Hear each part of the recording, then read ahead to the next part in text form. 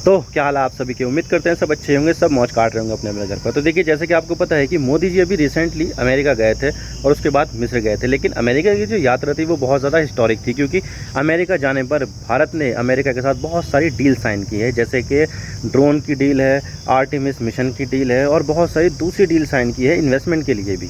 तो मोदी जी का अमेरिका का जो दौरा था वो पूरी तरह से सक्सेसफुल रहा। लेकिन यहाँ पर कंट्रोवर्सी हो गई है। कंट्रोवर्सी ये हो गई कि यहाँ पर बहुत सारे एलिगेशन ये लग रहे हैं कि यहाँ पर मोदी जी ने सिर्फ और सिर्फ इन्वेस्टमेंट जो हासिल की है वो सिर्फ और सिर्फ गुजरात के लिए हासिल की है, बाकी के जो देश के दूसरे हिस्से हैं वहाँ पर उनको इग्नोर कर दिया। तो आज इसके बारे में पूरी डिटेल के साथ बात करते हैं कि ये डील कौन कौन सी है जिसकी इन्वेस्टमेंट गुजरात में होने वाली है और किस तरह से ये एलिगेशन लग रहे हैं और क्यों ये बीजेपी और मोदी जी ऐसा कर रहे हैं गुजरात के साथ। लेकिन उससे पहले अगर आप चैनल पर नए हो तो चैनल को सब्सक्राइब जरूर कर देना। वीडियो को चाहे लाइक करो या डिसलाइक करो, लेकिन चैनल को सब्सक्राइब जरूर कर देना। तो चलिए वीडियो का आगाज़ करते हैं।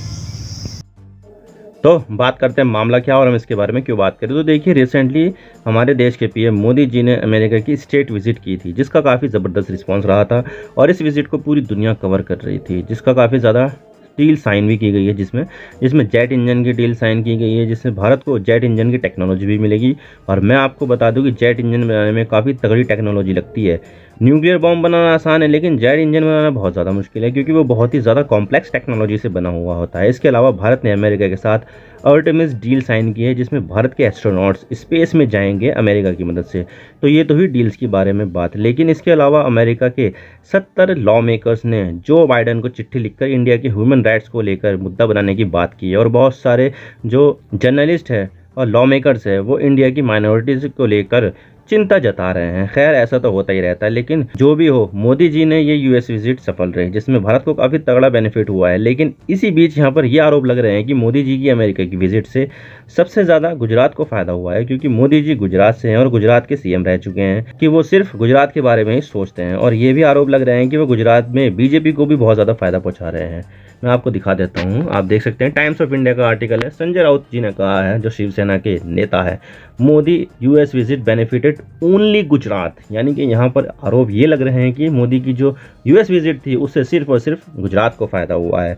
तो यहाँ पर इस तरह के आरोप लग रहे हैं, जहाँ पर ये बताया जा रहा है कि मोदी जी ने सिर्फ गुजरात के लिए ही काम किया है। तो देखते हैं कि वो क्या क्या काम हुए हैं जो गुजरात के लिए हुए हैं और किस तरह से यहाँ पर गुजरात को बेनिफिट हुआ है।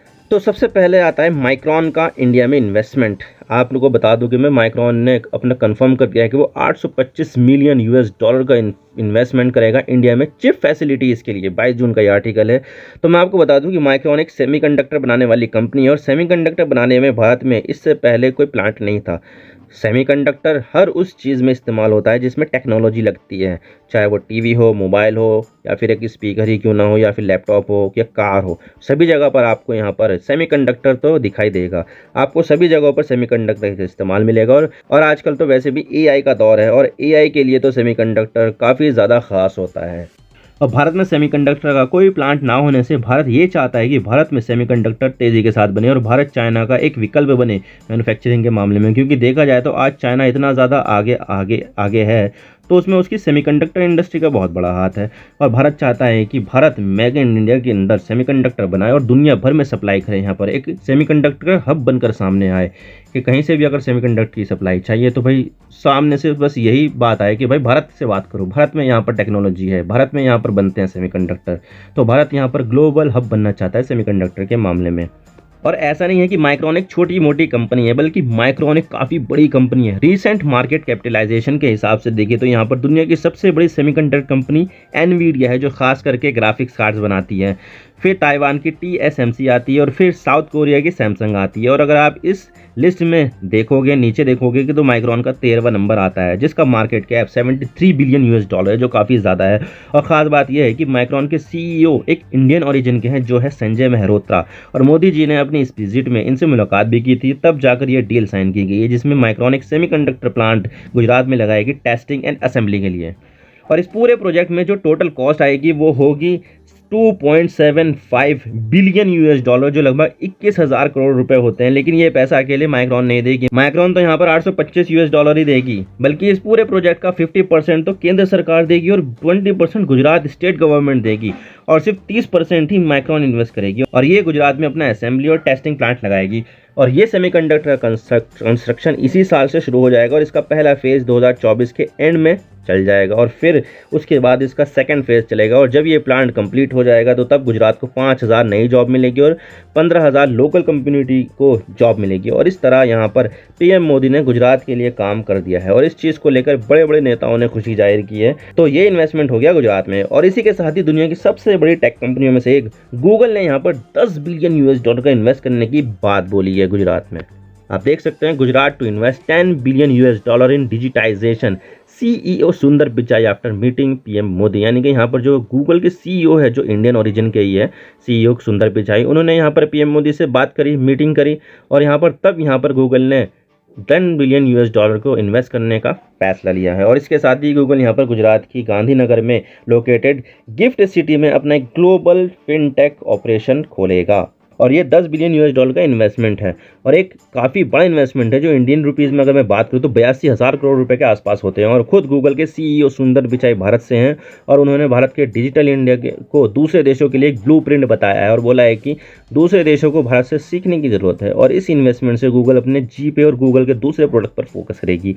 और इसी के साथ ही यहाँ पर इंडस्ट्री से जुड़े लोगों ने भी गूगल के इस फैसले को लेकर खुशी जाहिर की है। और इसके अलावा 2024 में गुजरात में वाइब्रेंट गुजरात समिट भी होने वाला है, जिससे गुजरात को और ज़्यादा इन्वेस्टमेंट मिलेगी और नई नई जॉब मिलेगी, जिससे गुजरात को सीधा सीधा फायदा है। तो इस 3 चीज़ों से यहाँ पर गुजरात को डायरेक्ट फायदा होने वाला है मोदी की US विजिट के जरिए। तो यहाँ पर मोदी जी तो पूरी तरह से मेहरबान है गुजरात के ऊपर। लेकिन सवाल यह आता है कि मोदी जी यहाँ पर गुजरात के ऊपर इतना मेहरबान क्यों हैं? तो देखिए, गुजरात के लिए मोदी जी काफ़ी कुछ कर रहे हैं और उसके पीछे जो सबसे खास वजह है वो ये है कि अगले साल 2024 में लोकसभा का चुनाव होने वाला है और 2024 का लोकसभा चुनाव काफ़ी ज़्यादा गर्माहट वाला होने वाला है, क्योंकि देखा जाए तो गुजरात में 26 लोकसभा सीटें हैं और पिछले 2 लोकसभा इलेक्शन में गुजरात की सभी 26 सीटें बीजेपी ने जीती हैं। और इस समय गुजरात के 2 लोग देश के सबसे पावरफुल नेता हैं, खुद पीएम मोदी और गृह मंत्री अमित शाह। ये दोनों गुजरात से ही हैं और दोनों के लिए गुजरात बहुत ही ज़्यादा इंपॉर्टेंट है और ये दोनों इलेक्शन को लेकर कोई रिस्क नहीं लेना चाहते हैं। वैसे देखा जाए तो 2022 के विधानसभा चुनाव में बीजेपी ने आउटस्टैंडिंग परफॉर्मेंस दी थी, लेकिन बीजेपी यहाँ पर किसी भी तरह का कोई रिस्क नहीं लेना चाहती है, क्योंकि यहाँ पर मोदी और अमित शाह दोनों की नाक का सवाल है कि ये अपने होम स्टेट में ही हार गए।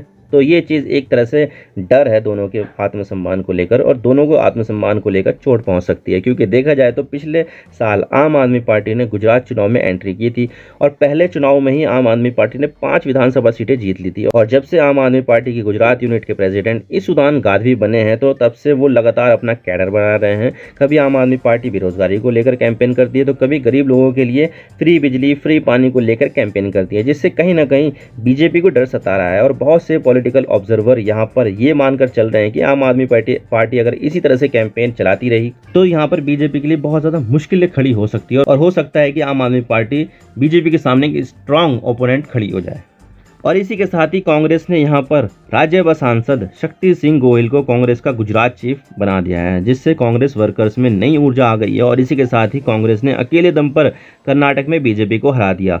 पिछली बार बीजेपी को हराया था जेडीएस के साथ मिलकर, लेकिन फिर बाद में जोड़ तोड़ के बाद दोनों की सरकार गिर गई और बीजेपी वापस से सत्ता में आ गई थी। लेकिन इस बार जो है कांग्रेस ने अपने दम पर ही बीजेपी को हरा दिया कर्नाटक में, जिससे कांग्रेस के अंदर काफ़ी ज़्यादा हौसला आ गया है और वो 2024 का लोकसभा का चुनाव की तैयारी अच्छी ढंग से कर रही है। तो ऐसे में बीजेपी इन 2 पॉलिटिकल अपोनेंट के आगे कोई रिस्क नहीं लेना चाहती है। तो ऐसे में मोदी जी और अमित शाह दोनों गुजरात के ऊपर काफ़ी ज़्यादा मेहरबान हो रहे हैं ताकि गुजरात के लोगों के बीच अपनी राजनीतिक पकड़ बनाए रखें। ये इनकी नाक का सवाल है कि भाई हम यहाँ पर गुजरात को नहीं लूज़ कर सकते हैं।